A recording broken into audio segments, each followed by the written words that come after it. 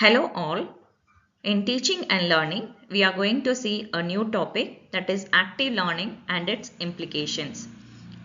Come, let us see what is meant by active learning. So, engaging students directly in learning process is active learning. Students do things and think about what they are doing. This is the definition given by Bonwell and Eison in 1991. Moves beyond passive listening, focuses on participation, reflection, and application. Hence, the students are engaged in critical thinking, collaboration, and creativity. Meaning of active learning: instructional method that actively involves learners in meaningful tasks. Students take responsibility for their learning, which emphasizes their real life and imaginary situations such as spontaneous and purposeful play, exploration, investigation, and life experiences. Coming to the objectives of active learning, which enhances student engagement and motivation, which develops their higher order thinking skills, which promotes collaboration and independent learning, which also bridges the theory with real life applications. So these are the objectives of active learning. Let us see some techniques of active learning. In the classroom, we have to make the children participate in a active way. Students always becomes the passive listener. So, we have to make the children listen carefully and make them involved in our classroom activities. To make them involved in the classroom activities, let us handle some methods or techniques of active learner in the classroom. Let us see the techniques or the methods. Think, pair, share.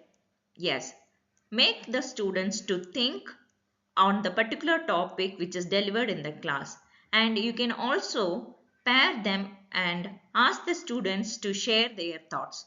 That becomes the reflect, discuss, and sharing ideas. So once they are sharing their ideas, they are involving in the activity, and which makes them to active listener as well as the active participation in each and every content with the peer teams.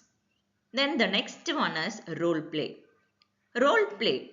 Here the role play they takes the much participation of the students. Learning through stimulation and empathy.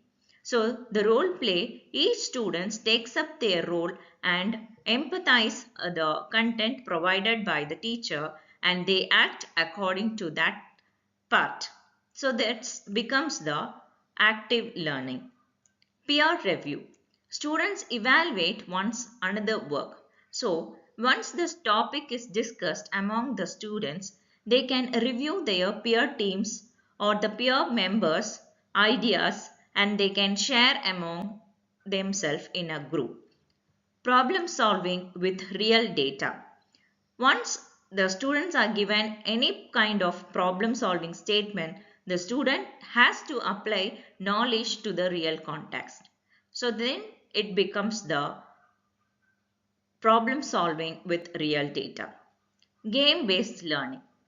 Engage through competition or simulation. So this game based learning, that is gamification in learning.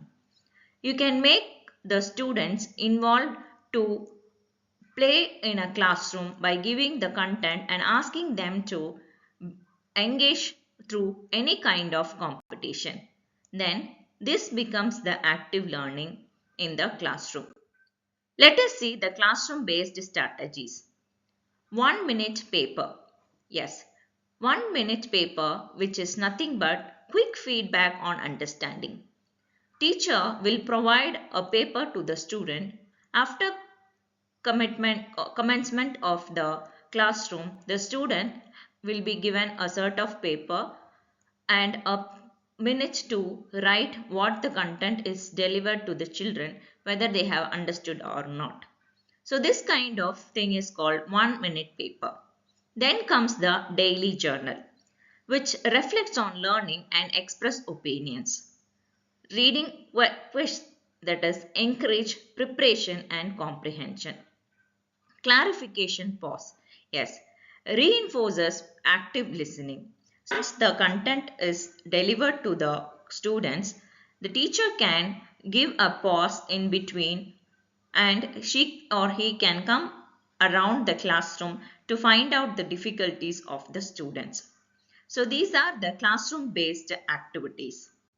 Coming to the interactive questioning, that is techniques, which is delivered by Socratic method, then student summary, then fishbowl, finger signal or flashcards can be used to make the student engaged in the classroom activities.